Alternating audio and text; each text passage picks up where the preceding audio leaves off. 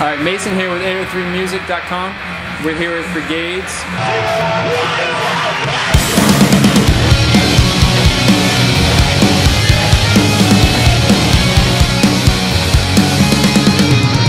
Always on the same extension, smother with heat and fair attention.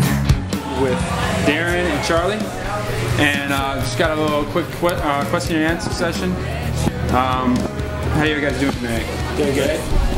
What are you expecting tonight the most from the show? To have a really good time and hang out with our friends because we're very close to home. Cool. Yeah, we're excited to see you guys here.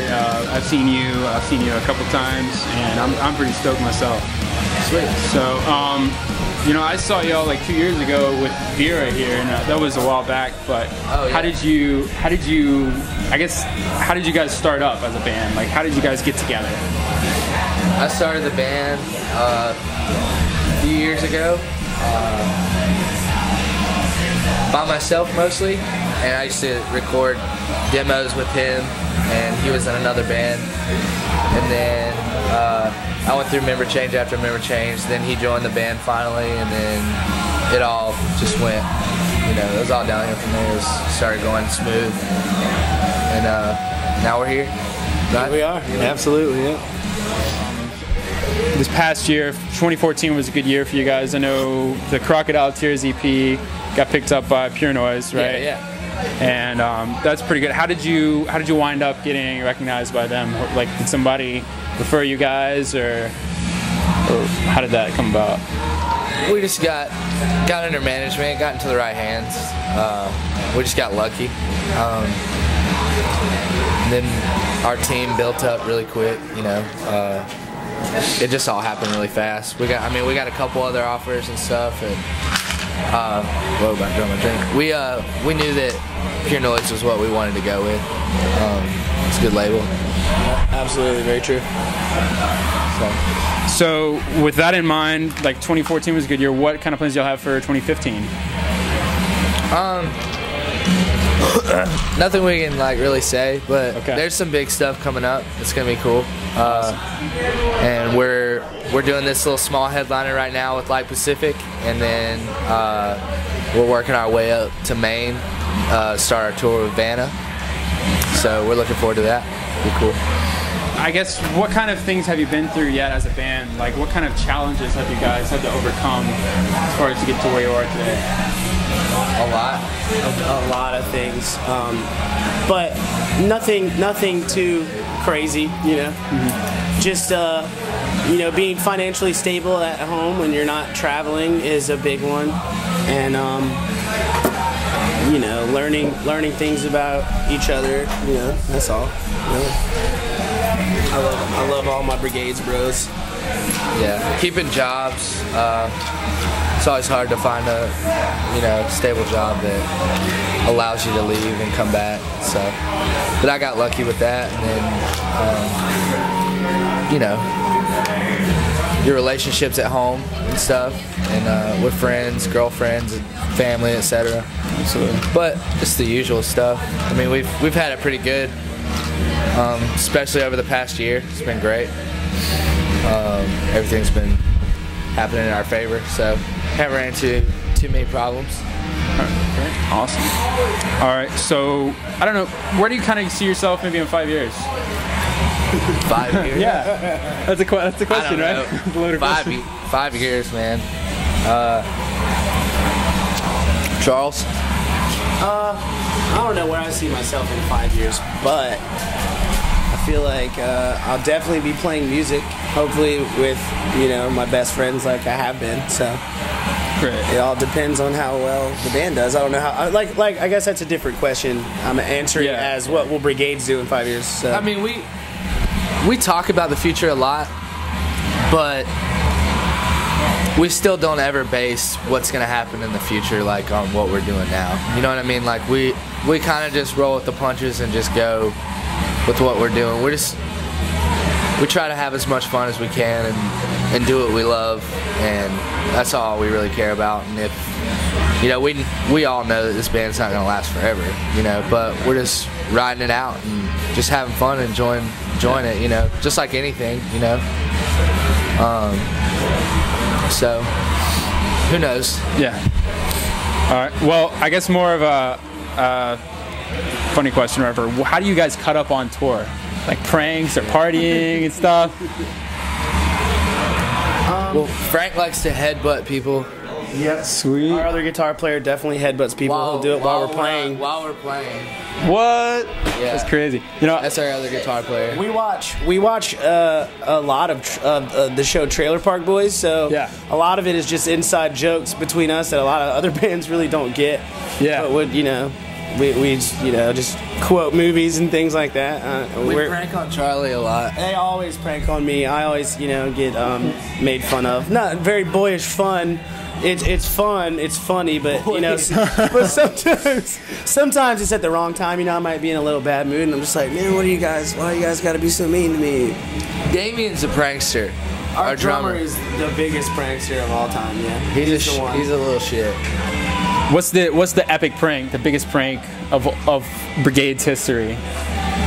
I don't think we've done it yet. I don't think we have. So we've yet to biggest see. one yet. No, but you're tempting me to want to, you know, move up to that.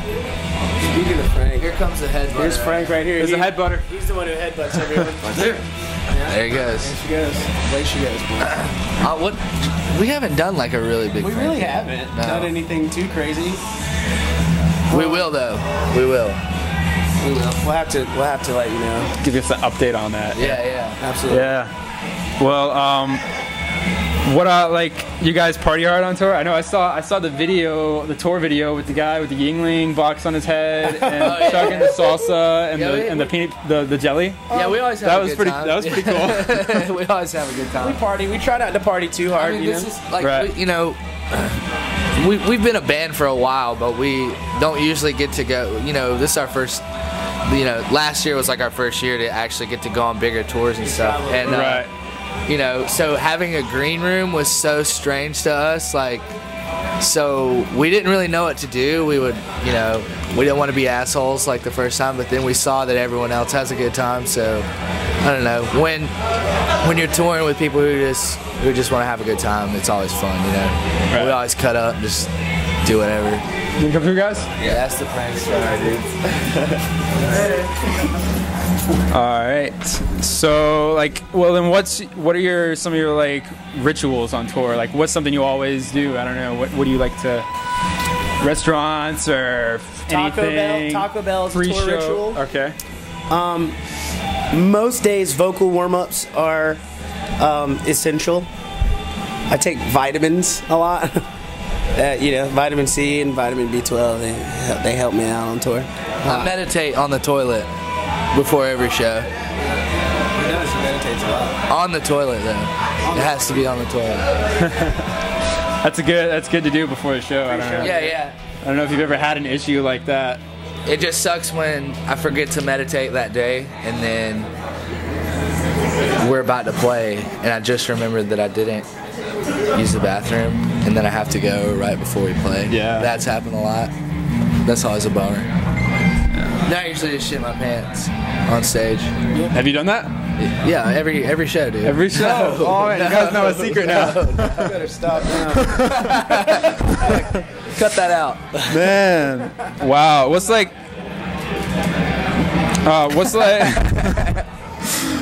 of like, I don't know, crazy situations? Have you guys run into anything kind of crazy or funny or just? I shit my pants one time on tour, and I was gonna tell him to stop. I was gonna tell him to stop talking about it, but it really was a terrible situation. We went to hang out with. So actually, Nick from Heart to Heart met these girls, and they wanted to hang out. So we went over to their house, and I threw up and pooped my pants there. Oh God! Oh man! Sorry, I'm so sorry. Dude, if you could have heard the story like that I can't tell heard you the the whole- night, I can't we're tell like you the whole we're like in Oklahoma City, like in this shit.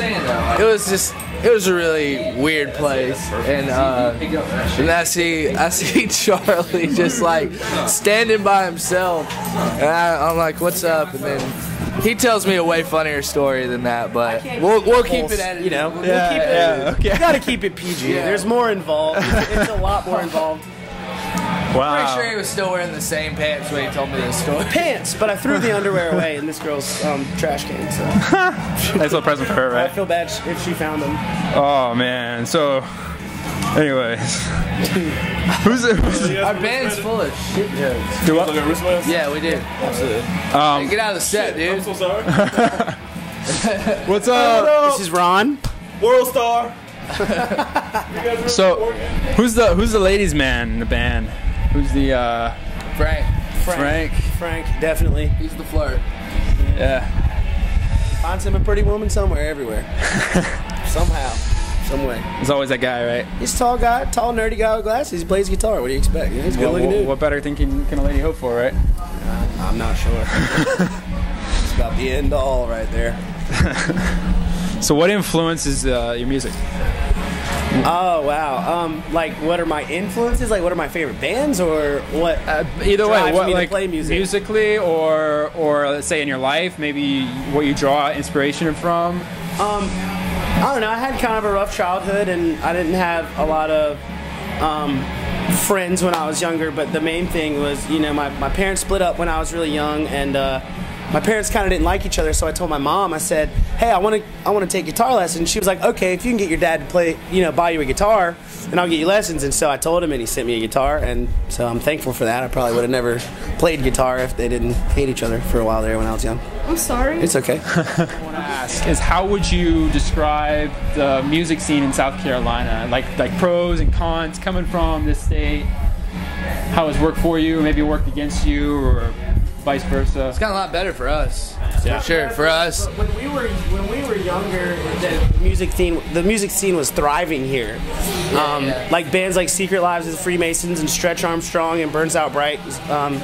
You know, we're all playing here, and they brought a lot with that. That's a big weight. You know, to say when I was 17, 18 years old, it was a big deal here, and it kind of died off for a while. So for us to be able to come back to, you know, playing shows in Columbia and South Carolina in general and see a positive reaction, it's awesome for us, because we started because of the music scene in our teenage years.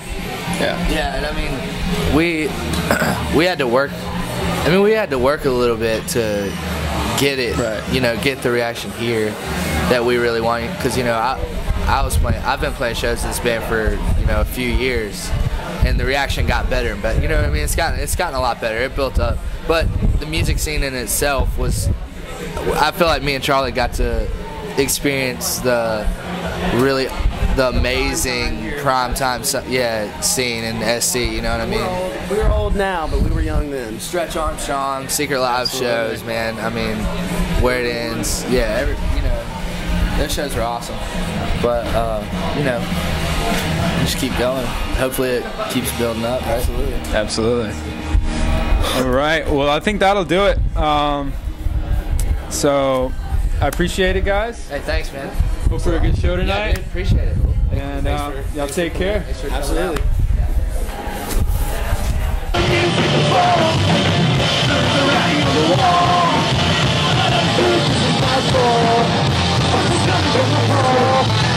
Gotta